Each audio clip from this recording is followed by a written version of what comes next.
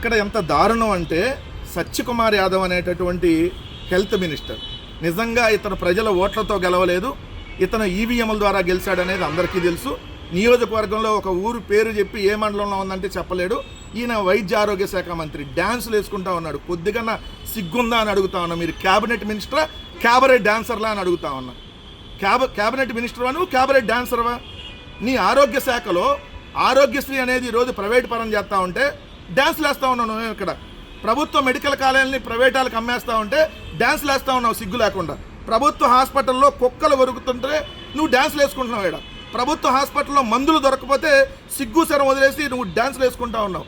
వైద్య ఆరోగ్య శాఖలో అంతు లేని అవినీతి జరుగుతుందని చెప్పి నీ ఆంధ్రజ్యోతిలోనే రాస్తుంటే సిగ్గు లేకుండా ఎలా డ్యాన్స్లు వేసుకుంటున్నావు అని అడుగుతా ఉన్నా. ప్రభుత్వ హాస్పిటల్లో కరెంటు లేక కనీసం జనరేటర్లు కూడా పనిచేయక రోగులు చనిపోతా ఉంటే నువ్వేమో సిగ్గు శరం మొత్తం వదిలేసి డ్యాన్సులు చేస్తూ ఉన్నావా? మీరు రీల్స్ చేసుకోవడానికి, డ్యాన్సులు చేసుకోవడానికి, మేకప్లు వేసుకోవడానికి, శవాలను మాయం చేయడానికి ఉన్నారు మీ ప్రభుత్వం. ఎంతకంటే దారుణమైన ప్రభుత్వాన్ని మనం భవిష్యత్తులో కూడా చూడం. ఎప్పుడు ఈ వైద్య ఆరోగ్య శాఖ మంత్రి అట్టర్ ఫెయిల్యూరు. ఈరోజు మందులు దొరకపోయినా ఈయన మాత్రం 2 సంవత్సరాల పరిపాలన బాగుందని పవన్ కళ్యాణ్ జానీ సినిమాల పాటలకి డాన్స్లు ఇట్ట ఎగురుతూ వేస్తున్నాడు. కొద్దిగా సిగ్గుండాలి సత్యకుమార్ యాదవ్.